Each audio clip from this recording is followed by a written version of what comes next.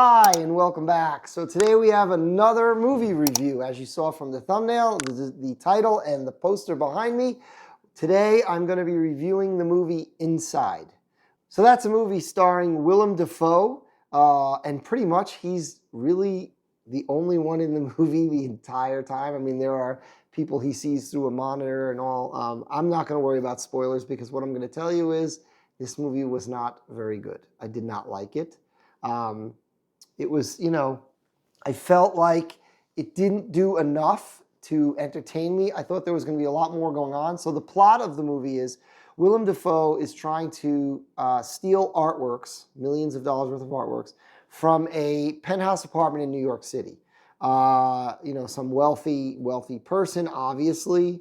And so he's trying to steal these artworks, and it's a smart home. So he's got a walkie-talkie or radio, and he's talking to someone who's assisting him, with the I guess heist, and they're back and forth. And the guy's telling him how to disarm the security, and he goes and grabs whatever artworks, and he's going to reopen the door, and there's the security, and all of a sudden the smart house malfunctions, and he's trapped in this smart house. He can't get out. There's an alarm going off in the beginning, and he can't hear, and it's so loud, and there are flashing lights, and he makes quick work of that. He gets rid of the lights, gets rid of the sound, right? But the whole movie is him trapped in this apartment by himself with what little food is in the refrigerator. The water does not work.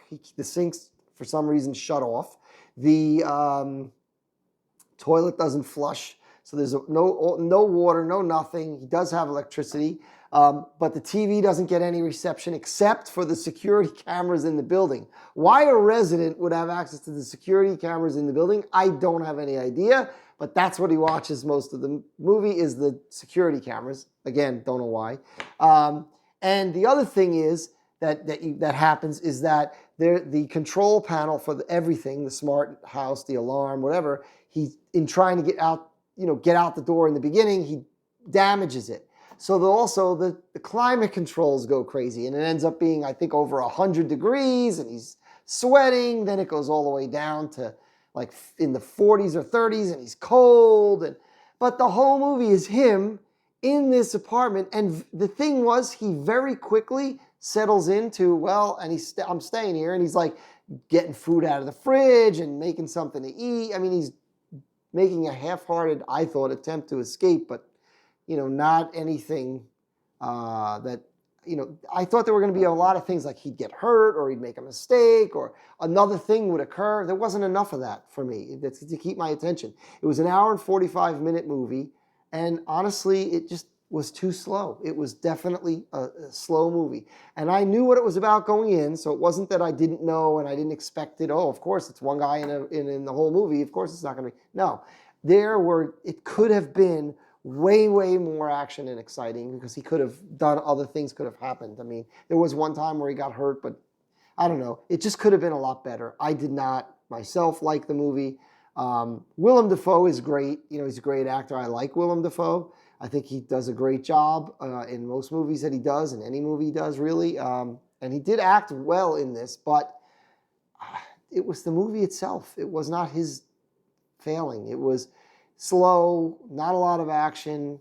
I don't think the story was well written because there could have been and should have been a lot more things happening to him during the course of being stuck there, which there were not. And he was apparently stuck there for like months because at one point you see out the window fireworks, which tells me it's like July. Then you're seeing snow, and it's Manhattan, which means now what is it? At best, it's October, late October, early November. So he was in there for, months and months. This guy never came home, the owner of the apartment. I mean, I don't know.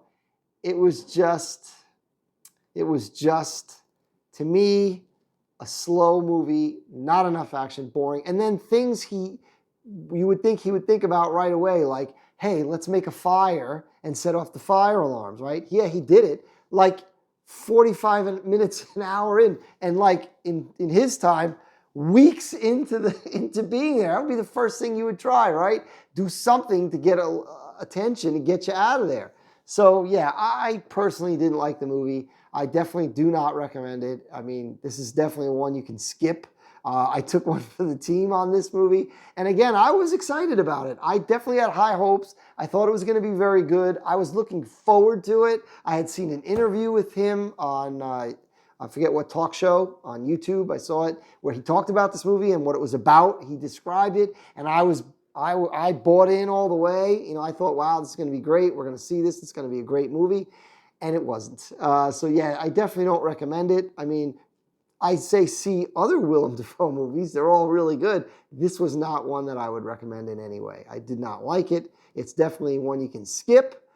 So I don't really have a whole lot else to say other than it was not good, not enough action, slow, and you know, I wouldn't even watch it again on, you know, if it comes out on you know, streaming like Netflix or whatever, or Amazon Prime. I wouldn't watch it again. It was definitely not worth the second watch. Wasn't worth the first watch. So thanks to everyone for watching my videos. Thanks for subscribing to my channel. If you haven't yet, please click that subscribe button. Give me a thumbs up, leave a comment, share my video, and we'll see you next time.